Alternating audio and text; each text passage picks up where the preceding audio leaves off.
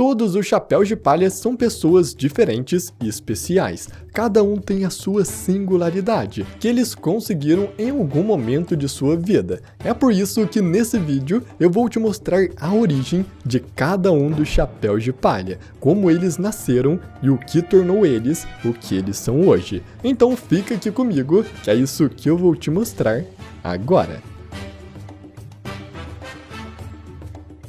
Fala galera, tudo bem com vocês? Eu sou o Gabriel e hoje eu vou um pouco mais a fundo na história do chapéu de palha e realmente ver a sua origem, até mesmo antes deles nascerem. E antes de continuar, aproveita e deixa o like ainda no início, na origem desse vídeo. E com isso, vamos então para a origem de cada chapéu de palha. Vamos começar então pelo Zoro.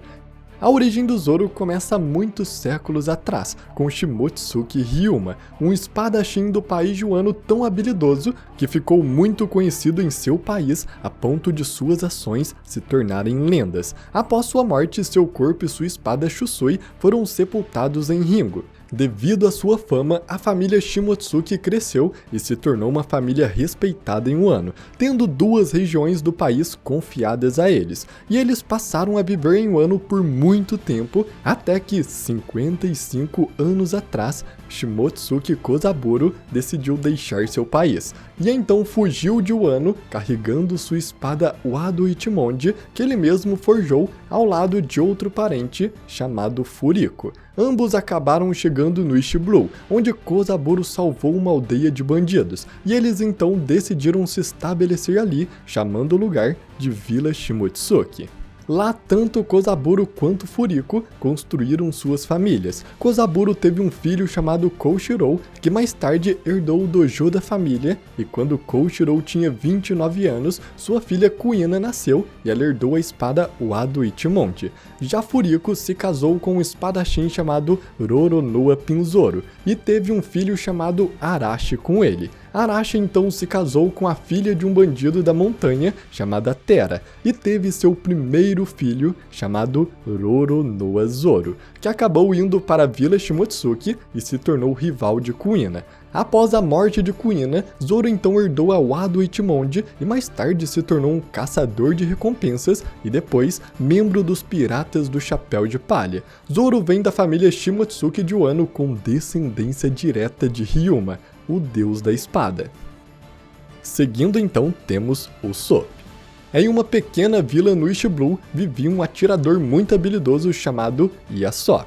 Suas habilidades eram tantas que rumores sobre ele se espalhavam por boa parte do mundo. 2 anos então depois da execução do rei dos piratas Gold Roger, Shanks começou sua própria tripulação pirata e ouviu rumores sobre esse incrível atirador, seguindo então diretamente para a Vila Syrup, onde ele vivia. Aparentemente, Yasop não aceitou a oferta de Shanks de início, então 3 anos se passaram e Yasop teve um filho que ele chamou de Usopp. Quando Usopp nasceu, Yasop então mudou de ideia e decidiu sair de casa para se tornar um pirata por insistência de sua esposa que falava para ele seguir seus sonhos. Assim, ele então finalmente se juntou aos Piratas Ruivos, liderados por Shanks. Com isso, Usopp nasceu sem uma figura paterna, por mais que ele ainda admirasse seu pai.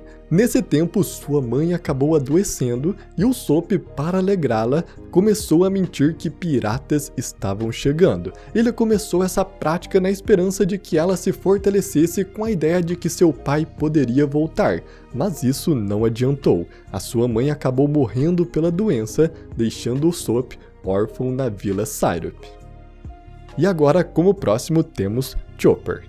Na ilha nevada do reino de Drum, existia um rebanho de renas que vivia na floresta. Eles eram renas comuns que apenas viviam e se reproduziam no local, até que uma rena um pouco diferente nasceu nesse rebanho, que tinha a leve estranheza de ter um nariz azul, diferente de todos os outros. Por causa disso, todas as outras renas, inclusive seus próprios pais, o tratavam como um pária, o excluindo do rebanho, sempre fazendo com que ele os seguisse de muito longe. Então um dia, enquanto estava longe das outras renas, como era de costume, a pequena rena de nariz azul acabou achando por acaso uma fruta estranha com formato de cogumelo e a comeu. Mas mal ele sabia que esta era uma Akuma no Mi, a fruta do humano Hito-Hito no Mi, que além de lhe dar inteligência humana, o transformou em um híbrido de rena e humano. No entanto, agora ainda mais diferente do que uma rena comum, seu rebanho o abandonou completamente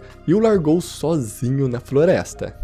Infelizmente para a rena que tinha acabado de adquirir consciência, suas tentativas de se comunicar com os humanos na ilha de Drum também foram desastrosas, com os moradores o confundindo com o Yeti e atirando nele. Mas felizmente tudo acabou bem, porque ele foi adotado por um médico charlatão do reino de Drum chamado Dr. Hiriluk, que lhe deu o nome de Chopper e também um motivo para viver.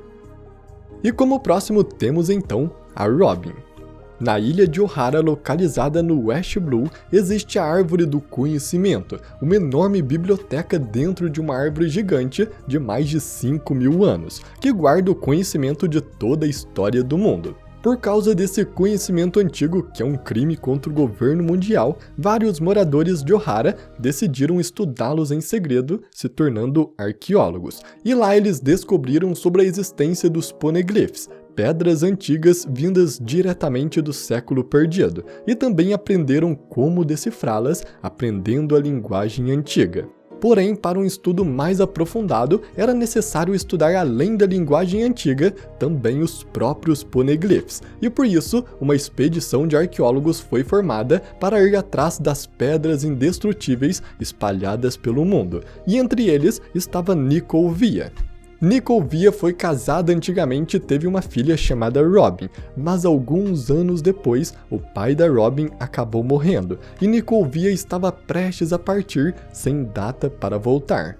Via então deixou a pequena Robin com seu irmão e sua esposa, porém sua esposa abusava verbal e fisicamente de Robin. Ela deixou claro repetidamente que Robin não era desejada e para ela ficar fora de sua vista. Robin ainda acabou encontrando ao acaso uma fruta especial e a comeu, ganhando os poderes da Hana Hana no Mi, o que fazia todos da ilha a evitarem.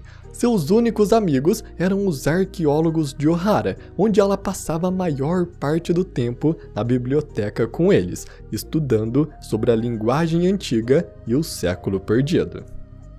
Seguindo então temos o nosso esqueleto Brook. Há 90 anos atrás, Brook nasceu em um reino desconhecido, e enquanto crescia, ele aprendeu esgrima nesse reino e parece ter se mostrado muito promissor, até porque se tornou o líder de um comboio de batalha desse reino. Ele também era apaixonado pela música e se tornou um ótimo músico. Brook também acabou comendo a fruta da ressurreição em algum ponto de sua vida. Mas para Brook, a verdadeira aventura estava nos mares. Então, quando ele tinha 38 anos, ele se juntou aos piratas Rumbar sob ordens do Capitão York. Assim então, eles seguiram viagem pela Grand Line. No entanto, um desastre atingiu a tripulação um dia. O capitão dos piratas Rumbar, York, e vários outros contraíram uma doença incurável ao desembarcar em uma floresta.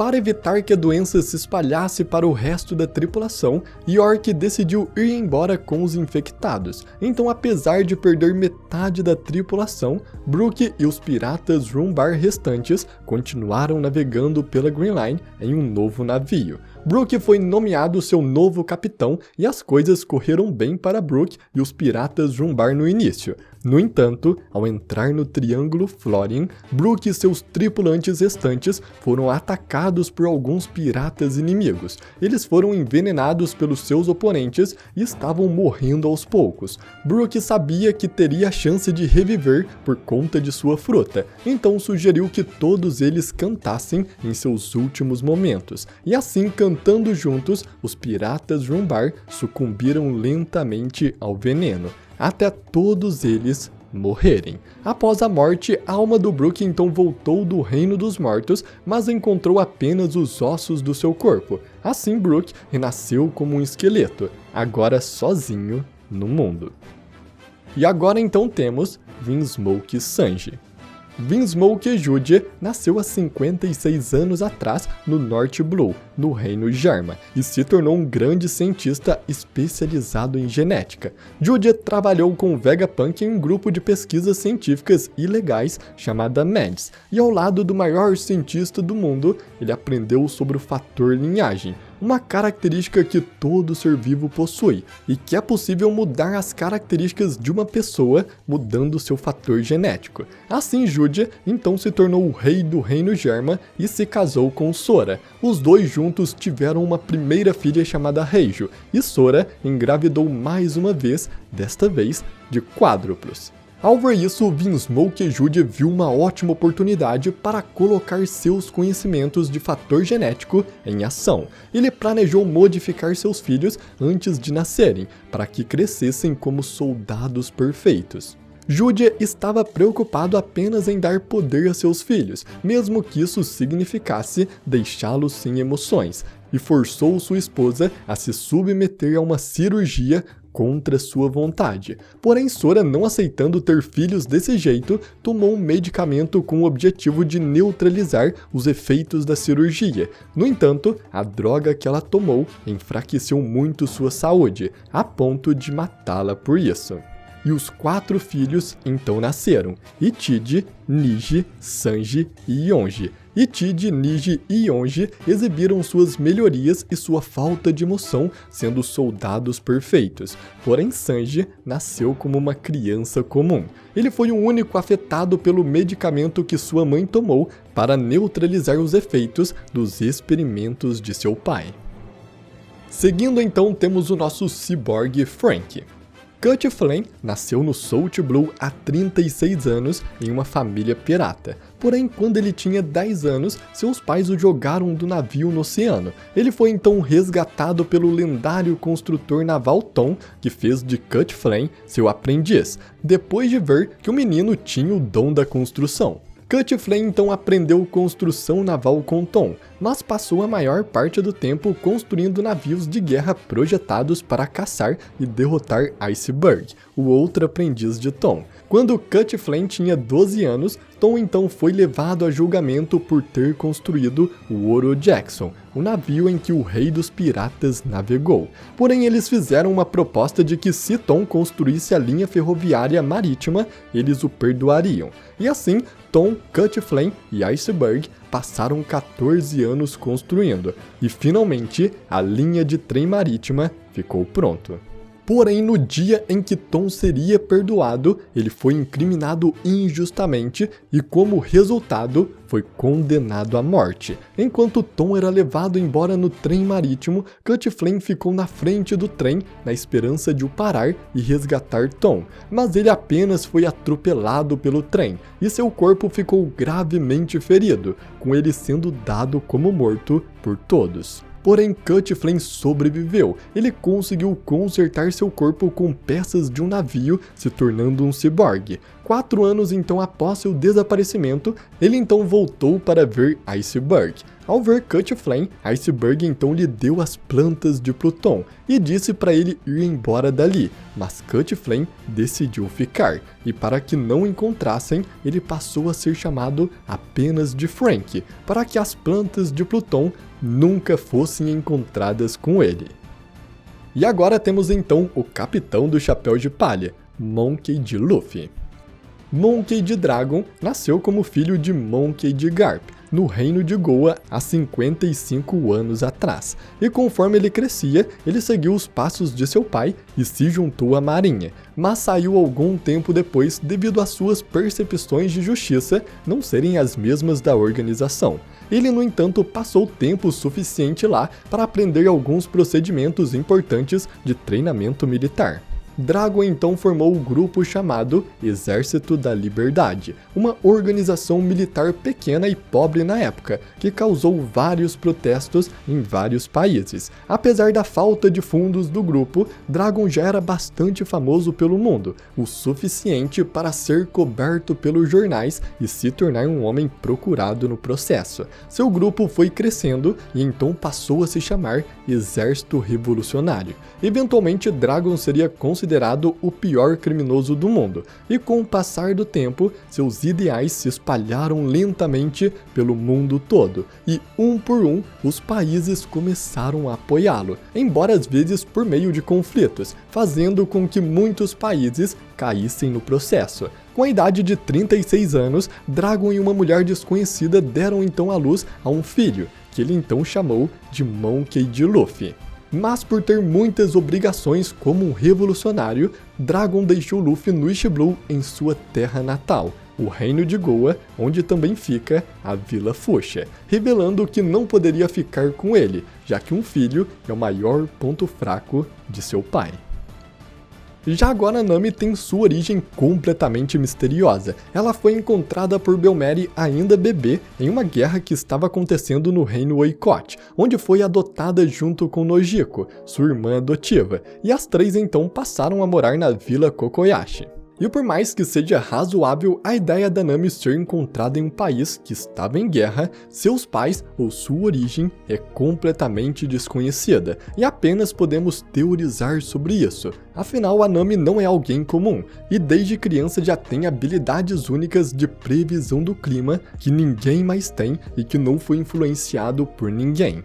Na mitologia, o deus Uranus, que deu nome à arma ancestral de One Piece, teve um filho chamado Chrollo, que ao crescer se rebelou e atacou seu pai. Uma parte do sangue de Uranus caiu então ao mar e desta fusão nasceu a deusa Afrodite, que então caiu do céu na ilha Chipre. E o que é interessante é que Chipre é exatamente igual à vila de Nami em Kokoyashi, e Chipre também é extremamente famoso por suas laranjas, e como sabemos, a fruta preferida de Nami é laranja. O nome da Nami significa onda, e o nome de Afrodite significa espuma de onda. Além disso, o símbolo no braço da Nami é muito semelhante ao símbolo que representa Uranus. Nami também atualmente possui Zeus, que é o nome do neto de Uranus. Então Nami obviamente está relacionada com Uranus, mas outro personagem que também está intimamente ligado a esta arma ancestral e esse deus é Imu-sama, onde eu fiz um vídeo inteiro explicando toda essa conexão